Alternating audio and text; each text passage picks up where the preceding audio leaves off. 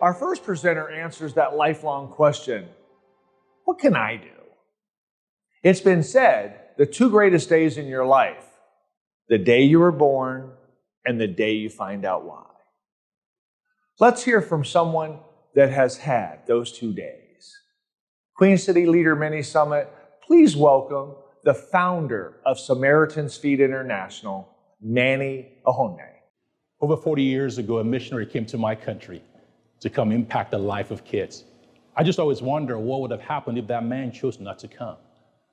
You know, growing up in Nigeria, I used to pray every single morning and say, God, give me 001. That means it's okay if I don't have breakfast. It's okay if I don't have lunch.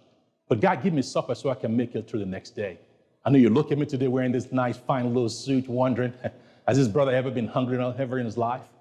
But I'll tell you what, just to be able to have a meal a day was luxury for me. My job is to always help my mom at the age of 9 to go sell water and soft drinks at the park by my house. And one day I showed up at this park to go sell water and soft drinks. I didn't realize I was about to have a date with destiny. There was this missionary that came to teach African children how to play basketball. As I showed up at that park that day with my basket of water and soft drinks, and I was about to sell water, and I saw these kids playing basketball. They were dribbling the ball, they were passing the ball, they were shooting the ball. And as I was about to put my basket of water down to join them, they shooed me away because I was a street merchant. And I realized I wanted to join these kids and have fun. But they didn't want me to be a part of it because I was a merchant. So I put my basket down, and as I watched, and all of a sudden I saw one of the balls go right around the corner. And I ran quickly, I ran after it, grabbed it and snuck in and joined them. And I started dribbling the ball and passing the ball and shooting the ball with them. And in the middle of all this craziness, this mayhem, this missionary said, we're going to have a shooting competition. And he said, the price of the winner is going to be a new pair of shoes. You should have seen the faces of these kids lit up, myself included. We were screaming, pick me, pick me, pick me. I was one of the few that got picked that day. I never played basketball in my life. But the first shot I took that day was nothing but net. It was crazy. I ended up winning the competition. I became the first person, not just in my family, but in my entire community, to own a pair of tennis shoes. It was so crazy. I was so elated. I wanted to take off and start running. And all of a sudden, this missionary called David from Wisconsin called me. And he asked me my name. And he asked me my dream. And he said to me, just because all I see around me was poverty, doesn't mean the God of the universe has forgotten about me. He says, son, keep dreaming and keep dreaming big. And after he finished speaking, he presented me this brand new pair of shoes. And I was so excited because I ran so fast that day, I forgot my basket of water until I showed up at home. And as I approached my house, my mama looked at me and said, son, where's my water? I said, mama, check out my shoes. And my mom was so happy for me. And a couple of minutes later, my mama said, son, you better go bring my water back, or else tonight you're about to be Jesus. And I ran real fast. I ran so fast, I showed up at that park praying, that basket better be there. But thank goodness when I showed up, that basket was exactly where I placed it. As I took that basket home, smiling with that shoes wrapped around my neck, I was so excited. And every single day, I wake up every day and put that shoe on my neck, never even wear it, because a missionary from America gave me my first ever pair of shoes. You know, my home life was somewhat difficult because I grew up in a place where my father was an alcoholic. And you know, in a room this big and an audience this large, you always realize there's always somebody that their family member or themselves struggle with addiction. And nobody ever hurts by themselves when you have family members that struggle with addiction. And my father's addiction affected me because I was his oldest son. All I ever heard from him is that I'll never amount to anything. And it's so crazy every time my father will get drunk and get mad and get upset. He'll take it out on me. He will swear at me, he'll curse me, use evil and vile words, and always tell me I'll never amount to anything. And every time he'll beat and say all these mean things, my mom will come behind him and put her hands on my head. And she'll say, in the name of Jesus, whatever evil and mean word this man will ever say to my son will never come to pass, because my God has promised me that my son can do all things through him who gives him strength. It's amazing to think about having a mother like that. And every so often I'll go to my mom and say, Mom, why do we have to live so poor? Why do we have to live like this? And my mom would take me by this little window of my house, and she'd tell me to look outside. And she said, son, what do you see? And tell me. And I'll look outside and I'll look up. I said, Mom, I see the trees. She said, son, you're not looking high enough. Look much higher. And she said, son, what do you see? And I said, Mom, I see the birds. And he said, son, you're not looking high enough.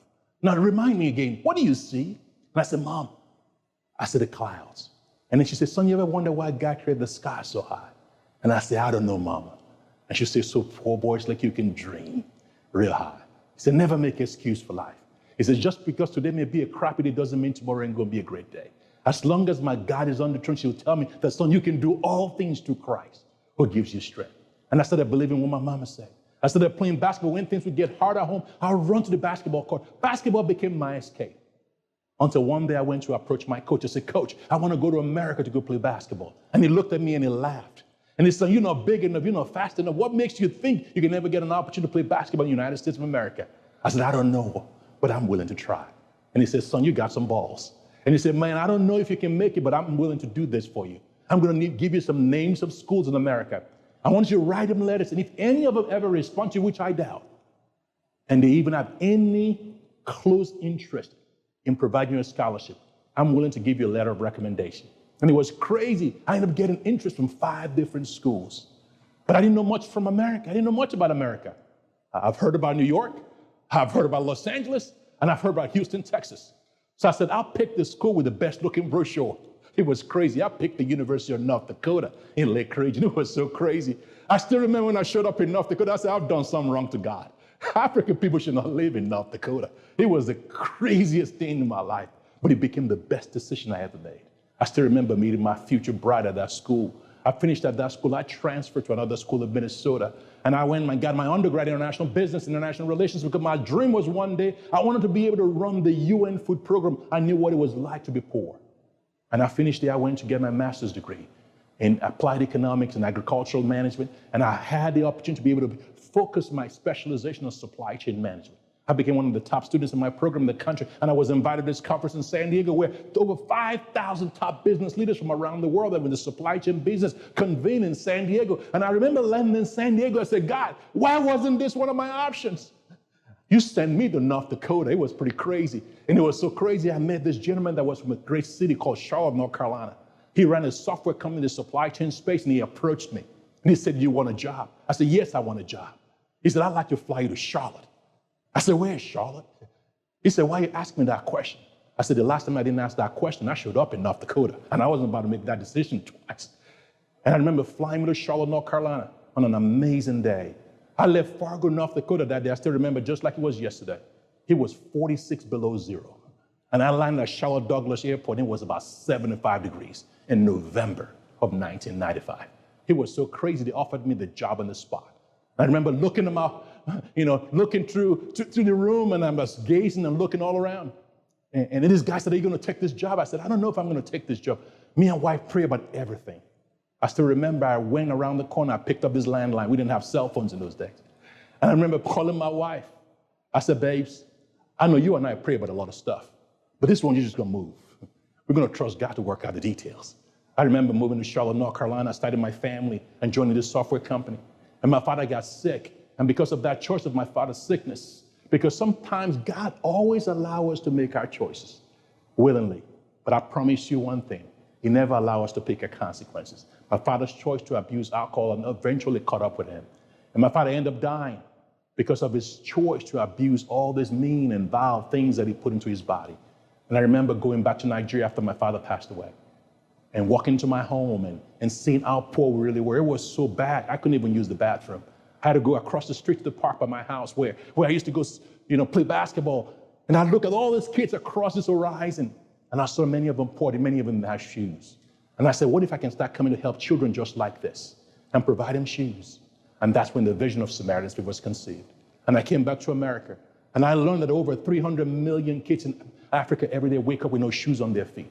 And I learned that the World Health Organization said over 1.5 billion people were infected with diseases, many of them because they didn't have no shoes.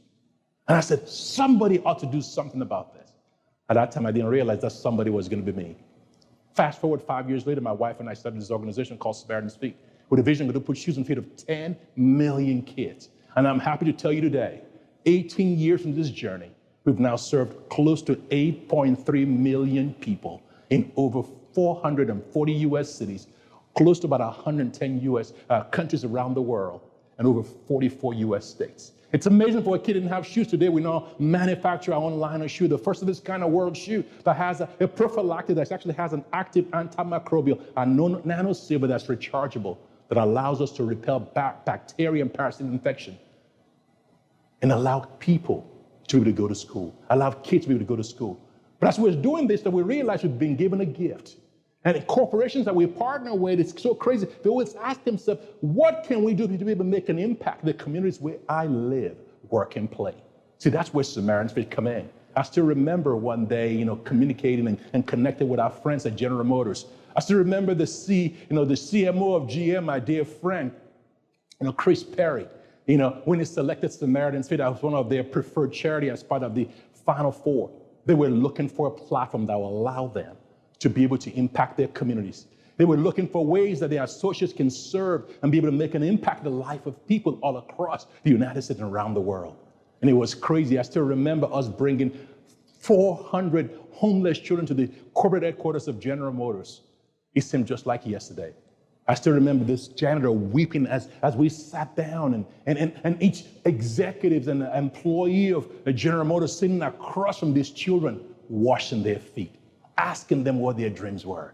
And as these people were washing these children's feet, as they put on new socks and new shoes, I saw tears rolling down the faces of both the recipients and also the children. I still remember that janitor looking me in the eye. He said, I've been working for General Motors for 30 years. Never in my wildest dream have I ever seen this opportunity to see corporate leaders and executives humble themselves to wash the feet of the poor in one of the biggest classic corporations of our country. I said, I used to, I subscribe to the theology of a very famous leader. He walked the face of this planet over 2,000 years ago. And he commanded that he said, if you want to be great, you've got to understand the importance of what it means to serve. And many people in our life today, they call this ability to be a servant leader. And Jesus Christ taught us by washing the feet of his disciples. And he commands us to do the same. That's where when we work with corporations like Coca-Cola, corporations like Movement Mortgage, corporations like General Motors, corporations like Republic Airways, corporations like Gordon Food Services, that we can actually come along them and be able to activate their associates and provide them a reason to be able to show God's love. Because I truly believe that love is that compelling force that compels leaders to be able to be a transformational force, both in their families, in their corporations, and in the world. So if you're ever looking for an opportunity to be able to make a difference, I hope you will look for companies that actually has a part of their ethos, their DNA, an opportunity for them to serve. Because I truly believe service to others emancipates humanity from the dungeon of their own selves. See, many of us think to be great in life, you've got to be one of those guys that just bark orders and just try to tell people every single time what to do. But some of the greatest leaders I know come along, folks, and serve themselves. Friends like Frank Harrison, friends like Chris Perry, friends like Rich over at Gordon Food Services, these guys that understand the power of activating love, because love becomes that amazing force that brings their teams together, that creates that camaraderie, that creates that compassion, that creates that glue to make people care for one another. Which is why I believe when that lawyer came to Jesus Christ many years ago and asked him, what do I have to do to be different, to be my life transformed and changed? And Jesus Christ asked him, what do you think it ought to be? He said, you need to love the Lord your God with all your life, with all your soul, with all your mind. And he said, you need to love the neighbor as yourself. And it's crazy. We know about that story in Luke chapter 10 about the Good Samaritan story. That Samaritans, we've actually codified that. And we've actually created now leadership philosophies through our institute. It's called the Samaritan Leadership Institute, a way to be able to teach the philosophy of leadership through the acts of service. It's amazing. This guy said, so who's my neighbor? And Jesus Christ taught him a very important lesson, which I hope that you will learn also today. He said there was a man that was going between Jerusalem and Jericho to go on a business trip. And it's amazing he fell prey to bandits that robbed him. And it's so crazy. They left him for dead. He was naked. He was laying down there. And I remember in the scriptures, it said there was a priest that walked by and looked at him across the other side and passed him by. And so there was a Levite that came, an esteemed man of faith, looked at him, but passed him by. But I remember a great lesson said there was a Samaritan that came. And he paused and looked at him, and he had compassion over that man. And he went and he bound his wounds and he treated his wounds with oil and wine. It's so crazy. He put him on his donkey or his horse, whatever it was riding that day, and he took him to an inn and let him stay down there. And the caretaker took care of him. And as he was leaving the next day, he looked at the innkeeper. He said, would you take care of this brother? Would you make sure if you spend any extra resources when I come back from my journey, I'll take care of it. And it's amazing to think about that Samaritan had character. He had integrity because that innkeeper believed what he said. But that man took action. He didn't just walk by. He was proactive in taking action. See, those are the types of things you need to look for when you're looking for leaders to emulate. People that are proactive in looking for ways to make a difference, that's looking to look beyond how they look, how they dress, how they act. People that look like them, talk like them, or act like them. He was willing to look across cross-cultural barriers. He was one of those guys that his life was interrupted that day because he was an interruptible reconciler. He was willing to make a difference in the life of somebody that automatically it won't actually react or even interact with. See, those are the type of leaders you need to try and associate yourself with, that's willing to reach across the line and make a difference, that was willing to make investments. Even though you don't know if you're going to get anything in return for that particular investment, he was willing to make sacrifices. See, those are leaders we ought to emulate. Leaders that's willing to go across the line and say, because you were made in the image of God, you are my brother, you are my sister. See, those are leaders that's worth emulating. Those are leaders that's worth reaching out to say, how can I follow you like you follow Christ? See, I hope you look for corporations like that, that's creating opportunity to bring their associates together, to team build, to serve each other. See, that's what Samaritan does. See, we're bigger than just providing shoes. We're providing a platform, a calling card for corporations to connect with their community. It's amazing to think about how can I, a corporation like Truist, the BB&T Bank, led by an amazing leader, guy by the name of Kelly Quinn, a dear friend of mine, that lives his life as a follower of Christ, that looks beyond just what your title are, that realize that you were created in the image of Christ. So you must be a reconciler, you must be a difference maker. See, leaders that's willing to be able to humble themselves to serve their constituents, leaders that's willing to be able to look beyond what you look like, how you behave, and what your titles are. Because they realize at the foot of the cross, everything is level.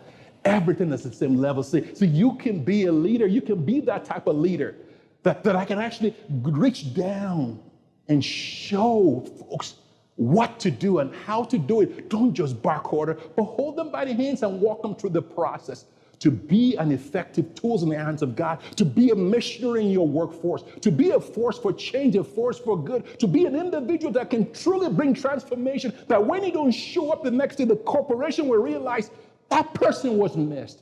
Because you were an instrument, you were a tool that was used to bring change to the corporation. You were the one that was looking for people that were hurting. You were the one that was looking for people that were having difficulty. You were the ones that people want to come to when things were difficult, not just because of what you can do for them, but because they realized that you were made in the image of God. Would you be that type of leader? Would you be that type of leader that can serve? Would you be that type of leader that's willing to model what it means to have character? Would you be that type of leader that's willing to show what it means to show love, not just at the corporation, but how you love your wife, but how you love your children, and how you love your community, and how you love your world? And what does love mean to you? I hope when you're thinking about to be able to go create a corporation or join a company or go do something to be able to make an impact and change the world, you look at it through the lenses. What's the vision of this organization I'm about to start? What's this vision of this organization I'm about to work for? What's this vision of this individual I'm about to do business with? Are they a servant-minded individual? Are there somebody that cares about others? Are there somebody that's willing to have empathy and compassion, to look beyond their selfish desires and ask themselves, what am I bringing to this stuff? What excellence am I bringing to this opportunity? What excellence am I bringing to this corporation? How can I be used as a tool to bring transformation? I still remember Frank Harrison a long time ago when there was a very, very dark, evil thing that happened in our country, when a man walked into this church in Charleston and shot these amazing people that were having Bible study. It was crazy to think about, like talking to Frank and talking to Reggie, being the head of culture there at Coca-Cola, said, what can we do? What tools can we put in the hands of this community to heal themselves? And it was amazing. We said, let's create an event around the Reconcile Charleston movement. And we were able to provide shoes for folks, and we connected with the church. We connected with people that were affected by that disaster. And it was amazing to see black and brown and white and Hispanic people come together and to see folks that were hurt and humble themselves, police leaders, corporate leaders, civic leaders, political leaders, come together, forget about their titles, forget about who they are, that we can come as reconcilers in the community of Charleston to be able to heal that community as we washed the feet of the neediest of the neediest, as we ask them what their needs were, what their pain points are, and we provided them those new shoes as we washed their feet. And it's so crazy to look and see these people that we put in such high esteem as very successful in the eyes of the world, humble themselves and wash the feet of the poorest of the poor. And as they hug them and empathize with them, and even though there's nothing that could give them at that day that was just beyond love, but it was something that was so powerful that we were able to show to the community that day, that together we are one, that together we are unified. After doing that amazing exercise at that church, we all came together and walked together from that church to the other side of downtown Charleston. He was one of the most powerful, one of the most transformative things I've ever seen happen. And I still remember, Frank's telling me, we need to do this in Baltimore, as Baltimore was going through some racial issues, and we went down there and brought people together. See, corporations realized they've been given a platform. That platform is just not about profits. It's about how can we be a conduit of healing and reconciliation, bringing corporations together. See, I don't know what type of company you'll run. I don't know what type of institution you operate, but I hope you ask yourself, why am I here? What tools or resources have God given me to be able to make an impact in my community? That if I don't show up tomorrow, will my community miss me? So that's the question you've got to ask yourself. Maybe you are a CEO, you are a COO, you are a CFO of a major corporation. Maybe you're just an employee, asking yourself, what difference can I make?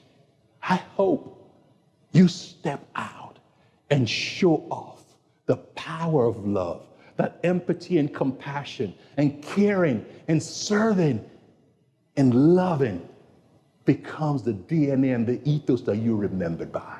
That when you leave, any encounter you have with people, they say, man, I just feel like I just walked away talking to a guy that reminds me about Jesus. I hope that's the way you live your life. I hope your life is so inviting. I hope your life is so, inviting and so exciting and so loving and so caring that people want to be around you. Not just because of what you can get from people and give to people, because you are radiating the power of God's love. See, you don't have to be a professional vocational minister to operate as a missionary in your company. You don't have to be a vocational minister or head of mission to be the CEO, but I hope you look at yourself as a missionary, maybe at Truist, maybe at Bank of America, maybe at Movement Mortgage, maybe at West Fargo, maybe you're at Coca-Cola, maybe you're a missionary. It just happens that maybe Coke or Truist or Bank of America is the one writing your check. I hope you're looking every day proactively. How can I be used to make an impact? How can I be a leader, a different type of leader that's willing to humble myself, to serve, that my example can be a way that people will realize that I want to be a difference maker. I want to be an instrument that God can use to bring change among my team, among my corporation, in my city, in my world. I hope you become that interruptible reconciler, just like Christ taught us through that Good Samaritan, that's willing to stop, make investment in the lives of people, willing to show empathy and love and compassion, willing to show what character and trust really means when you say your words, mean what you say, and do what you promise. Be those people that your words mean something. Be those kind of people that your character means something, because what does it do us any good to profit and gain the whole world? In the process, lose our soul. In the process, we become those people that nobody trusts, nobody wants to be around, nobody wants to do business with, because we were just known as that person that's looking for mine, me, myself, and I I hope you be that type of business leader. I hope you be that type of reconciler. I hope you be that caring, leader that's willing to go the extra mile to bring your team together, to move your team forward, to be innovative, to always thinking about what can I do to do with such excellence. See, that's the kind of leader that the world is expecting. That's the kind of leader that wants to live what they found to be better. That's the kind of leader that wants to bring people along the path and join them to bring change to the world. See, I still thank Dave from Wisconsin. I just wonder what my life would be like today. He wasn't willing to humble himself. He wasn't willing to make that sacrifice, to come to Africa, to come share the good news to poor African kids just like myself. I just wonder what my life would be today if he didn't come and humble himself and serve and give me a gift I still remember. And because of that one single gift, close to 10 million people has been served all over the world. A global movement to bring about change and reconciliation has been birthed because of one single act of compassion. Today we now have staff in about 8 countries around the world. We now have an amazing corporate headquarters right here in Charlotte, North Carolina. We've now engaged major corporations, countries, presidents of countries humbling themselves, washing the feet of people, top NFL players, top NBA players, top Major League Baseball players, top track stars, people from all across the globe, realizing that they've been given a platform. And how will I use that to bring glory and honor to their King? See, that's what I hope your life will become. That's what I hope you do with your platform. That's what I hope you use as an instrument to bring change and transformation to the world. I hope you look at yourself beyond what you've been created just for, to realize that God had something in mind when He created you. He had a plan for you. He's placed you at that place where you work. He's placed you at that company that you started. He's placed you at that institution that you run to bring change and to bring transformation in the world. I hope you don't look at yourself and what am I going to take from this, but what am I going to give to this? May you be that instrument that God can use to unite your community, to unite your world, to show love to your neighbor. So when somebody else asks you who's your neighbor, and you remember what it means to be a good Samaritan. Thank you, and may God bless you. Wow, that was great. Thank you, Manny. To be a successful business person that does something of significance for other people is so powerful. Hey, can you be a Dave from Wisconsin? Remember, you are a leader, and you are destined to make a difference.